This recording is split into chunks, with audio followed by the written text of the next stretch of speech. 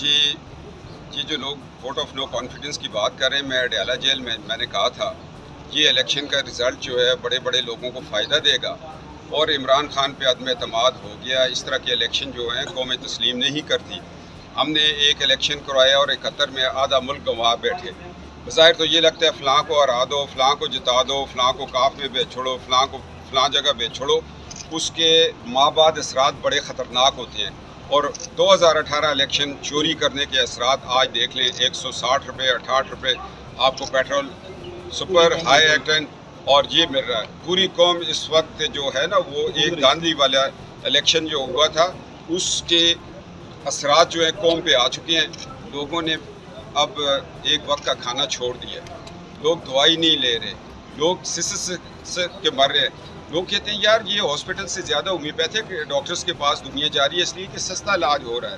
تعویذ گنڈے پہ لوگ آگے۔ حالات یہ ووٹ آف نو کانفیڈنس ہو چکا ہے اور پوری جماعتیں متحد ہیں۔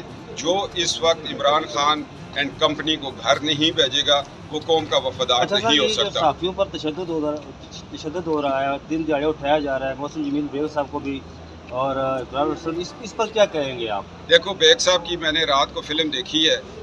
جس ملک میں بدماشیوں قومی اداروں کو استعمال کیا جائے، ایف آئی اے اور نیب کو اپنے مقاصد کے لیے، ریاستی اداروں کو، تو پھر پڑھے لکھے لوگ ہاتھوں میں پسٹل لے کے باہر نکلتے ہیں۔ یہ ایک المیہ ہے۔ میرا بڑا دل دکھتا ہے، میں لکھاریوں کے خاندان میں پیدا ہوں۔ آپ تو ابھی بچے ہیں۔ یہ تو تحریک پاکستان اور تحریک ریشمی رومال ہمارے گھروں سے چلی ہوئی ہے۔ ہمیں پتہ ہے کہ یہ صدیوں بعد لکھاری پیدا ہوتا ہے، لکھنے والا۔ اگر اس کے ہاتھ کاٹ دیے جائیں تو پھر قومیں جو ہیں نا، وہ ظفر علی خان، مجید نظامی اور میر صاحب سے محروم ہو جایا کرتی ہیں۔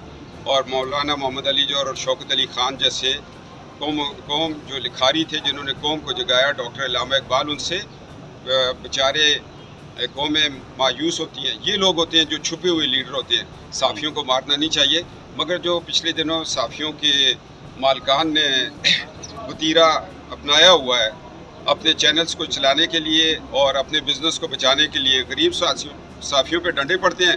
مالکان رات کو جا کے پتہ نہیں کون کون سے گیٹ کے آگے ہاتھ باندھ کے اشتہار بھی لے لیتے ہیں اور اپنا کاروبار۔